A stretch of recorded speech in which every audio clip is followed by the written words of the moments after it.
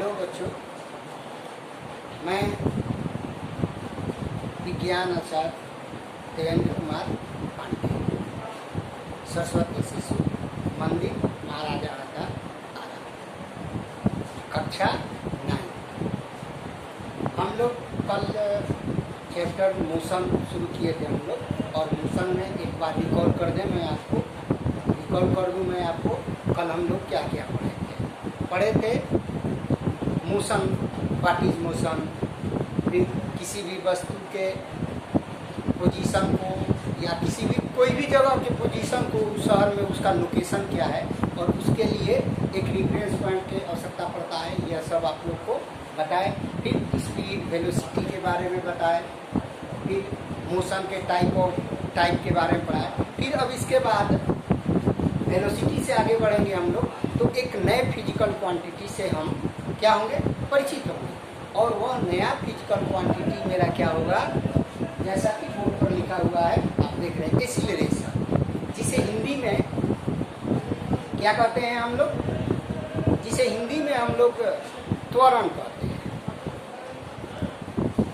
और मंदन भी कहा जाता है, लेकिन उसका एक कंडीशन है, कब एक्सीलरेशन को रिटार्डेशन यानी मंदन कहेंगे, वह बाद में जब बता रहे हैं। तो अब देखिए, एक्सीलरेशन है क्या, तो the rate of change of velocity is called acceleration, यानी कि किसी भी वस्तु के वेग में परिवर्तन की दर को त्वरण कहा जाता है। यानी कि वेग में परिवर्तन का मतलब हुआ कि किसी कोई वस्तु अगर गतिशील है, मोशन में है, तो उसके स्पीड में यानी कि उसके वेलोसिटी में परिवर्तन होता है, तो वह परिवर्तन क्या हो सकता है कि गति या तो इंक्रीज कर सकता है या फिर डिक्रीज कर सकता है। दोनों ही स्थिति में वह क्या कहलाएगा, चेंज इन वेलोसिटी कहलाएगा। अब देखिए, कल आपको एक मैं और बता दूं कि कल हम आपको और एक्सीलरेशन को कैपिटल स्मॉल लेटर ए से डिनोट किया जाता है, और जैसा कि डिफिनेशन लिखा हुआ है उसके अनुसार एक्सीलरेशन इक्वल टू होगा v minus u by T. और कल आप लोग परिचित हैं v से। v क्या है, तो v है फाइनल वेलोसिटी, और u क्या है, तो इनिशियल वेलोसिटी है, और t है टाइम, यानी कि a बराबर v minus u by T. यह तो एक्सीलरेशन हो गया, इसको डिनोट भी कर दिए। फिर इसका कल ही मैं आपको बताया था कि प्रत्येक चीज का अपना एक क्या होता है, मात्रक होता है, और जनरली हम लोग पढ़ते हैं तो मुख्य रूप से उस फिजिकल क्वांटिटी के एसआई यूनिट के बारे में हम चर्चा सबसे पहले करते हैं। इसके अलावा भी उसका यूनिट होता है, जैसे मान लीजिए लंबाई है, सेंटीमीटर में भी मेजर करते हैं, मीटर में भी करते हैं, किलोमीटर में भी करते हैं, यानी कि जैसा दूरी हो उसके अनुसार। तो और बहुत सारा माने बहुत बड़ी दूरी को हमको डिनोट करना हो तो उसके लिए भी एक यूनिट है, आप जानते होंगे। जैसे यहाँ से सूर्य के प्रकाश के दूरी या अन्य किसी स्टार्स के दूरी के बारे में जानना है, तो उस दूरी को हम लोग लाइट ईयर्स में, तो वह बहुत बड़ा यूनिट है, इसलिए वह उसका उपयोग उन्हीं सभी चीज़ों के दूरी को मेजर करने के लिए किया जाता है। तो एक्सीलरेशन का ऐसा यूनिट होगा, जैसे देखिए क्या लिखा हुआ है, v माइनस u, यानी v माइनस u क्या है, वेग में परिवर्तन, यानी कि वहाँ केवल क्या है, वेलोसिटी। पर मैं आपको बताया था वेलोसिटी का ऐसा यूनिट क्या होता है, मीटर प्रति सेकेंड, और बटा में टाइम है, टाइम का सेकेंड। यह भी ऊपर अगर जाएगा -1, तो पहले से ही है इतना, इसका पावर अगर ऊपर लिखना चाहेंगे तो -1, यानी कि इसका मतलब क्या हुआ, एस के पावर -1 और -1 ऐड होगा तो क्या होगा, -1। यही यहाँ आया, समझ गया। यानी कि किसी भी फिजिकल क्वांटिटी के उसके फॉर्मूले से हम उसका ऐसा यूनिट डिराइव कर सकते हैं। यह एक अच्छा माध्यम है, अगर हम भूल भी जाते हैं तो निकाल सकते हैं। अब आगे बढ़ेंगे। अब यहाँ एक्सीलरेशन के फॉर्मूला से देखिए, यदि v यानी किसी भी ऑब्जेक्ट का अगर उसका फाइनल वेलोसिटी इनिशियल वेलोसिटी से, यानी कि कोई वस्तु चल रहा है, मान लीजिए 0 से शुरू हुआ और उसका फाइनल वेलोसिटी 10 किलोमीटर पर सेकेंड है, तो यानी कि उसका वेलोसिटी क्या कर रहा है, इंक्रीज कर रहा है, यानी कि फाइनल वेलोसिटी ज़्यादा है और इनिशियल वेलोसिटी कम है, तो उस स्थिति में इसका मान क्या होगा, पॉजिटिव वैल्यू होगा। तो यानी कि पूरे एक्सीलरेशन का मान क्या आएगा, निगेटिव है। जैसे v बराबर v minus c by t है, टाइम तो अपनी जगह पर रहेगा। यह पॉजिटिव होगा कब, यदि v ग्रेटर देन u, इसका मतलब है यह पूरा पॉजिटिव होगा, यानी कि यह पॉजिटिव होगा ये का मान कब, जब v ग्रेटर देन u। तो इस स्थिति में एक्सीलरेशन हमारा क्या होगा, पॉजिटिव होगा। तो इसको जनरल हम एक्सीलरेशन ही कहेंगे, यानी कि कोई वस्तु, यानी कि उसके वस्तु के वेलोसिटी में परिवर्तन होता है, यानी कि चेंज इन वेलोसिटी, तो वो वस्तु क्या कहला जाता है, एक्सीलरेटेड कहा जा सकता है। उसी तरह से यहाँ अगर अब v का मान लीजिए, यानी कि फाइनल वेलोसिटी का मान यदि इनिशियल वेलोसिटी से कम है, तो इस स्थिति में इसका वैल्यू क्या हो जाएगा, निगेटिव हो जाएगा, यानी कि ये क्या होगा, निगेटिव होगा। इस स्थिति में एक्सीलरेशन का मान क्या होगा, निगेटिव होगा। तो निगेटिव एक्सीलरेशन को ही क्या कहा जाता है,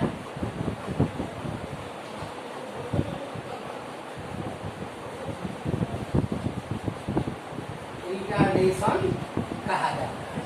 यानी कि जब किसी वस्तु का एक्सीलरेशन निगेटिव होगा तो उसके लिए एक नया टर्म दिया गया है, रिटार्डेशन, यानी कि मंदन, हिंदी में उसे मंदन भी कहा जाता है।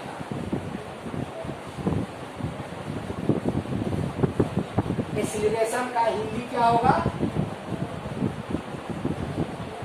त्वरण।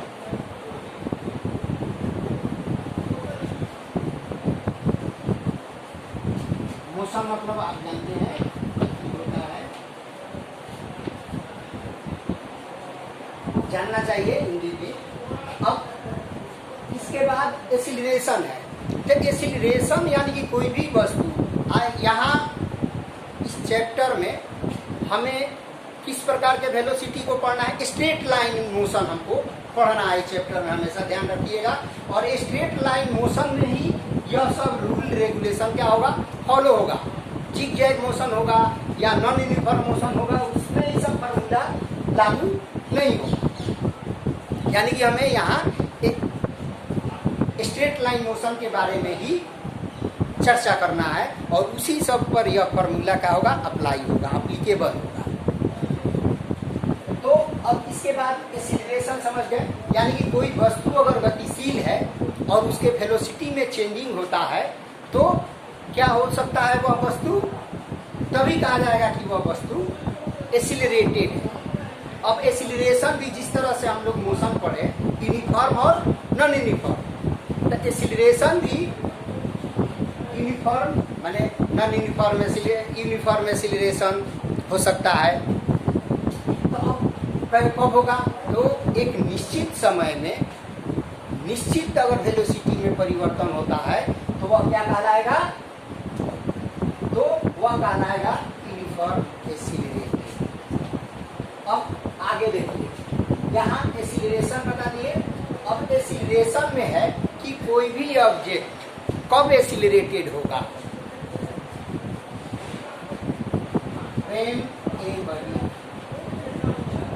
when does a body accelerate। इसका आंसर है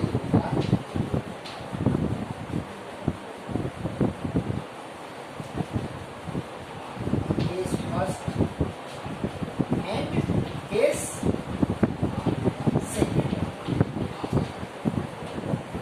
जगह नहीं है, लेकिन फिर भी हम वहाँ हिंट कर देंगे। अब देखिए, कोई भी वस्तु एक्सीलरेटेड कब होगा, यानी कि त्वरित कब कहेंगे कि कोई भी वस्तु एक्सीलरेटेड कब है। कोई भी वस्तु एक्सीलरेटेड यानी कि कहा जाएगा कि वह त्वरित कब है, तो इस स्थिति में वस्तु एक्सीलरेटेड हो सकता है। जैसे फर्स्ट केस है चेंजिंग वेलोसिटी। यहाँ लिख देते हैं, नोट कर लीजिएगा, फिर हो सकता है कि यहाँ लिखाना पड़े आवश्यकता के अनुसार। केस फर्स्ट क्या है, एक्सीलरेटेड होने का केस फर्स्ट है, रफ वर्क है। केस फर्स्ट है चेंजिंग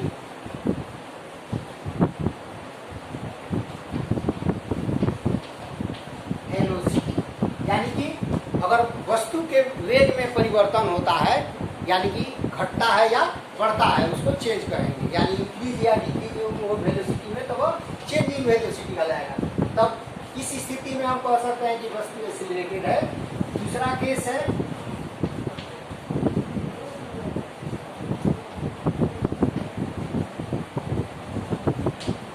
चेंजिंग डायरेक्शन,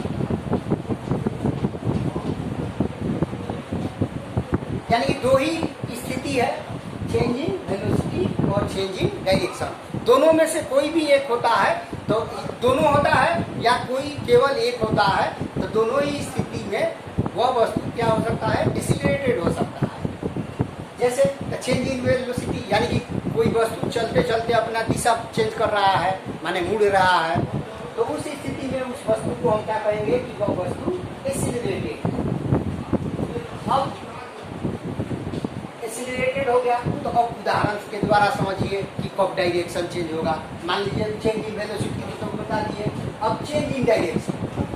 तो अगर मान लीजिए कोई वस्तु सीधे जा रहा है और उसके वेलोसिटी में परिवर्तन नहीं होता है, यानी कि मान लीजिए 5 किलोमीटर के वेलोसिटी से चल रहा है कोई वस्तु और हमेशा यानी कि 5 ही किलोमीटर यानी कि कांस्टेंट वेलोसिटी से वह अगर चलता है, तो इसका मतलब है कि वह उसमें वेलोसिटी में परिवर्तित नहीं हो रहा है और सीधे जा रहा है, और उसके डायरेक्शन में भी परिवर्तित नहीं हो रहा है, परिवर्तन हो रहा है, चेंज हो रहा है, तो क्या कहेंगे कि वह वस्तु the body is not accelerated. अब दूसरा स्थिति है कहाँ डायरेक्शन चेंज होगा, तो जैसे मान लीजिए कभी कभी कंट्राडिक्शन होगा कि अगर मान लीजिए कोई वस्तु है, अगर सर्कुलर पाथ में चलता है, यहाँ स्थिति अगर मान लीजिए कोई सर्कुलर पाथ है, कोई ऑब्जेक्ट ये है जो मूव करता है, तो वस्तु मूव कर रहा है। आप अगर मान लीजिए आपको स्थिति दिया गया कि वह एक समान कांस्टेंट वेलोसिटी से भी चल रहा है, क्या चल रहा है, कांस्टेंट वेलोसिटी से भी वह वस्तु ऑब्जेक्ट गतिमान है, तो अब देखिए यहाँ है क्या बोले कि वस्तु मान लीजिए कोई सर्कुलर ऑर्बिट पर रिवॉल्व करता है एक निश्चित वेलोसिटी को स्थिर, यानी कि उसके वेलोसिटी में परिवर्तन नहीं हो रहा है और वह लगातार चल रहा है, तो क्या हम इस वस्तु को एक्सीलरेटेड कर सकते हैं? तो यह वस्तु एक्सीलरेटेड है, तो अब आप कहेंगे कि कांस्टेंट वेलोसिटी है तो कैसे एक्सीलरेटेड होगा।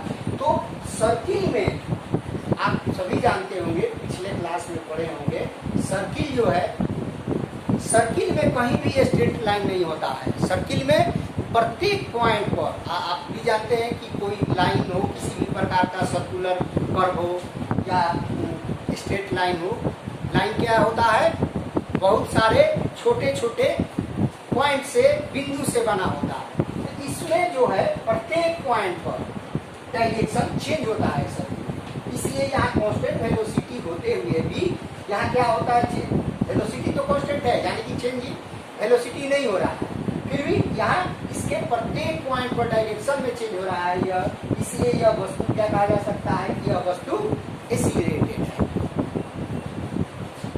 स्थिर वेलोसिटी के बावजूद। यही सब चीज समझना है कि कब कोई वस्तु एसिलरेटेड होगा और कब एसिलरेटेड नहीं होगा। अब हम लोग इस चैप्टर में 3, 4, 5 फिजिकल क्वांटिटी से यानी कि जानकारी हुआ हमको, माने उससे हम परिचित हुए, इंट्रोड्यूस हुए। तो इसके बाद की सब याद रखिएगा, जितना चैप्टर का कॉन्सेप्शन याद रखिएगा उतना ही आगे आपको फायदा होगा। अब देखिए, अब उसके बाद एसिलेशन के बाद हमारा नेक्स्ट टॉपिक क्या है? नेक्स्ट टॉपिक है कि मोशन का ग्राफिकल रिप्रेजेंटेशन हम कैसे करें। क्या लिखा हुआ है? ग्राफिकल रिप्रेजेंटेशन ऑफ मोशन, यानी कि गति का ज्यामितीय निरूपण। तो इसमें कि कोई वस्तु अगर चल रहा है तो हर एक निश्चित इंटरवल के बाद उसका स्पीड भी दिया हुआ रहता है। तो डिस्टेंस और समय के माने कोई वस्तु अगर गतिशील है, गति में है, तो एक निश्चित समय में कितना वह दूरी तय करता है, उसके दिए गए के अनुसार अगर हम ग्राफ खींचेंगे तो ग्राफ आप भी खींचना जानते हैं। तो ग्राफ ऐसे यहाँ दिया हुआ है, टेबल दिया हुआ है, बुक सामने रखे होंगे तो देख रहे होंगे। टेबल 8.2 दिया हुआ है, distance travel by A car at regular time intervals, यानी कि जब समय शून्य है, माने जहाँ से शुरू करेगा, यानी कि तो हमारा यह क्या हो गया? अगर यह हमारा होगा जो हॉरिजॉन्टल लाइन है, यह एक्स एक्सिस होता है और यह वाई एक्सिस। हमेशा एक्स एक्सिस पर हम किस चीज को रिप्रेजेंट करेंगे? टाइम को। और टाइम का ऐसा यूनिट क्या है? सेकेंड है। इन सेकेंड टाइम को हम हमेशा सेकेंड में दिखाएंगे। वेलोसिटी डिस्टेंस किस चीज में दिखाएंगे? इधर डिस्टेंस दिखाएंगे। डिस्टेंस किस चीज में दिखाएंगे? मीटर में। अब देखिए यहाँ ग्राफ में देखिएगा तो समय है 2, 4, 6, 8, 10, 12। अगर मान लीजिए 0, यहाँ आप सब भी जानते हैं एक्स एक्सिस यानी कि वर्टिकल लाइन और हॉरिजॉन्टल लाइन जहाँ मिलता है वह ग्राफ का क्या कहलाता है? ओरिजिन कहलाता है। और ओरिजिन से अब इस पर हम टाइम ड्रॉ करेंगे 2, 4, 6, 8, 10, 12, यानी इसको लिख देते हैं।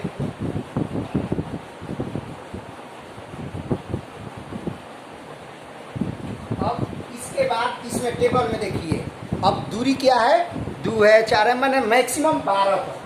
तो 12 तक है, उसी तरह से यहाँ ले लेंगे कि यहाँ पहुँच जाए 2, 4, 6, 8, 10, 12। यह डिस्टेंस हो गया मीटर में।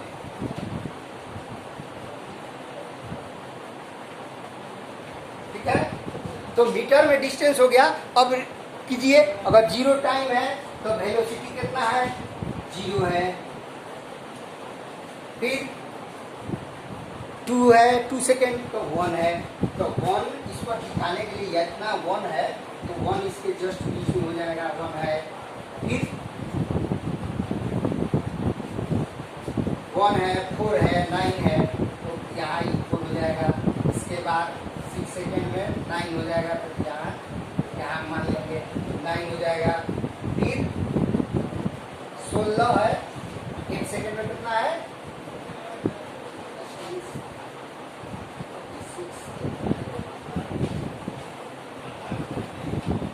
5, 10, 15, 20, 25, 30 इस तरह से है। देख लीजिएगा यहाँ जगह कम है इसलिए थोड़ा दिक्कत हो रहा है। तो अब फर्स्ट है, 4 है। अब एक तो इसमें यहाँ नीचे दिखाना पड़ेगा, इसको थोड़ा बढ़ाएंगे, 5 से कम रखेंगे 4। इस पर 6 सेकेंड में 9 है, यानी कि यहाँ होगा। फिर 16 है, यानी कि 15 से थोड़ा सा ऊपर दिखाएंगे, 16 है। इसके बाद 10 सेकेंड पर 1 सेकेंड पर क्या है? 60। इसके सामने दिखाएंगे, यहाँ हो गया।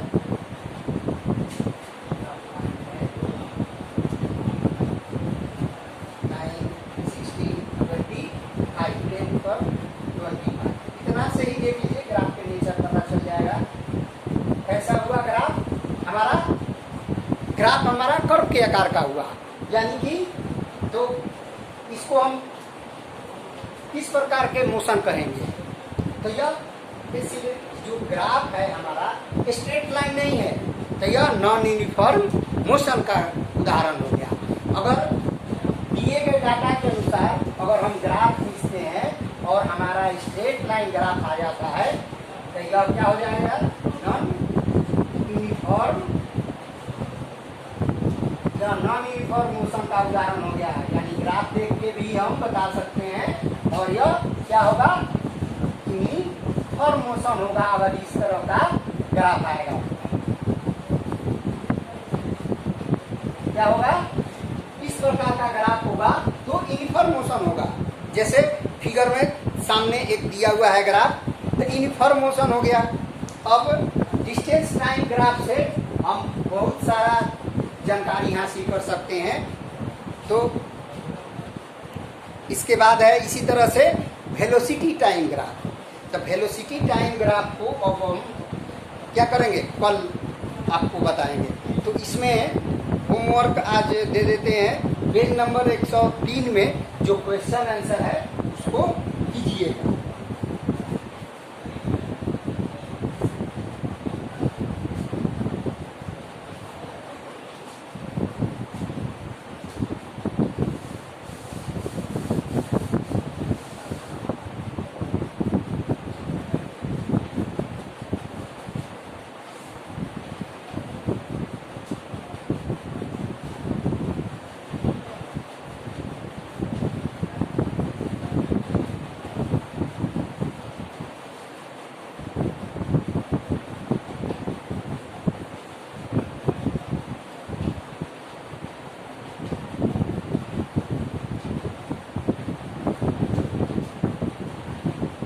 इसके साथ ही साथ जैसे जैसे मैं पढ़ा रहा हूँ उसका आप नोट्स भी तैयार करेंगे।